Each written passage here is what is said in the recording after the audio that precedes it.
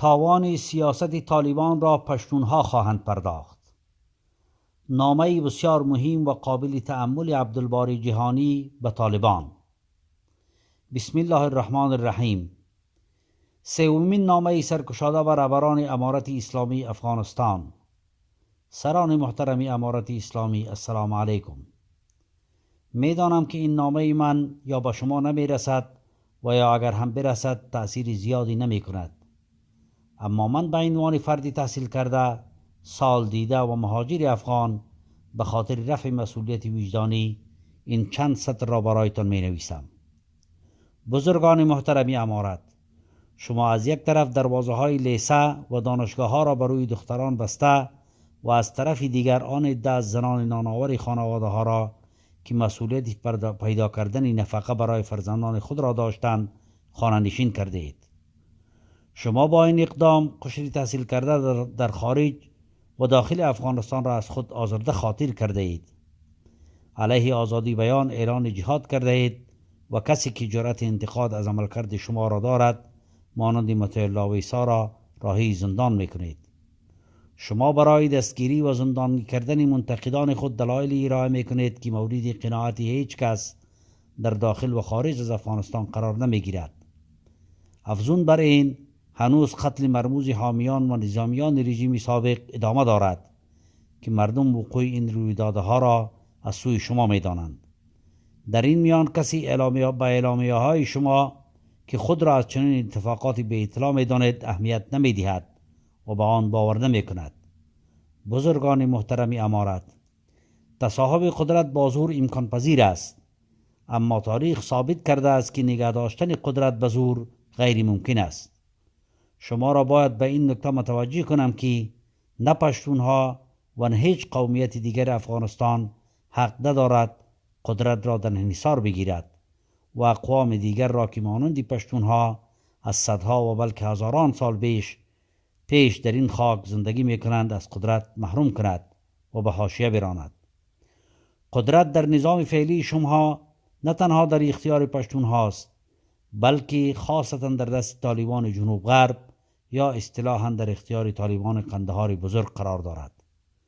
با این اقدام خود همه اقوام افغانستان، اهم از تاجیک، هزاره، ازبک، ترکمن و سایر اقوام کوچکتر و حتی پشتونهای غیر قندهاری را از خود ناراحت نموده و همه را نسبت به پشتونها به خصوص ساکنان جنوب غرب بدبین کرده اید.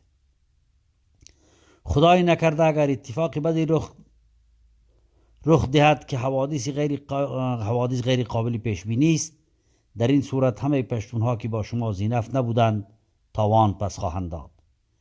این سخنی مرا شوخی ندانید.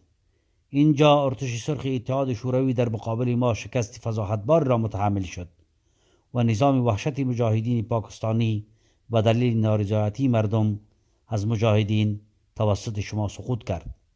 حاکمیت اول شما به خاطر دوستی با وهابی ها و دشمنی با مردم افغانستان سزای خود را دید. امریکا و ناتو هم در این خاک شکست خوردند. شما چی فکر کرده اید؟ آیا از فولاد ساخته شده اید؟ این را قبول دارم که امریکا برای شما بسته های 40 میلیون دلاری میفرستد، اما ارسال این بسته ها تا قیامت ادامه نخواهد داشت. امریکا که به دولت های حامد کرزی و اشرف غنی وفاداری نکرد، دوستی این کشور با شما هم فقط تا لحظه برآورده شدن منافعش ادامه دارد. روزی نه امریکا و نه بسته های دلاریش خواهد بود، اما شما هستید و این مردم ناراضی و خشمگین. همانطوری که شما تانک ها و حاموی های امریکا را توسط موتورسیکل ها گرفتید، روزی ملت های ناراضی افغانستان موتورسیکل های شما را با بایسکل و دست خالی خواهند گرفت. تکرار میکنم که متاسفانه تاوان و ضرر حوادث ناگوار بعدی متوجه پشتون هاست، زیرا همه شما پشتون هستید و روی حقوق سایر اقوام شریف افغانستان پا گذاشته اید و آنان را تجرید کرده اید و به حاشیه رانده اید. هر فردی در جهان که اسم شما را میشنود دیدگاه مساعدی با شما ندارد. افغانهای ساکن در خارج به دلیل اعمال شما از اسم پشتونها خجالت میکشند. سازمان ملل متحد با همه برنامه‌های شما مخالفت دارد. در جهان هیچ کشوری حتی پاکستان شما را به رسمیت نشناخته است. این وضعیت نمیتواند تا قیامت ادامه داشته باشد. مقابله با همه اقوام غیر پشتون در افغانستان و روشنفکران پشتون و همین طور مقابله با همه جهان تا قیامت امکان پذیر نیست. شما نشأه و سرمست قدرت هستید و به همین دلیل چشمانتان کور و گوشهای شما کر است. ما که در قدرت حضور نداریم از این سرمستی بدور هستیم. هم چشمان ما می‌بیند و هم گوشهای ما می‌شنود. اگر شما نمی‌بینید و نمی‌شنوید از چشمها و گوشهای ملیت‌های ناراضی کشور بهره ببرید.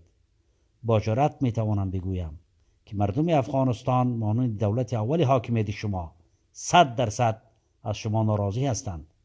این نکته را در دور اول حاکمیت شما با ملا محمد عمر گفته بودم. خلاصه کلام این که در حافظه تاریخ قدرتی وجود ندارد که تا ابد بر مخالفان و مردم ناراضی با زور حکومت کند. و ما علینا الا البلاغ المبین. عبدالباری جهانی، سابق وزیر اطلاعات و فرهنگ جمهوری اسلامی افغانستان، 10 حملی سال 1402 هجری شمسی. و السلام.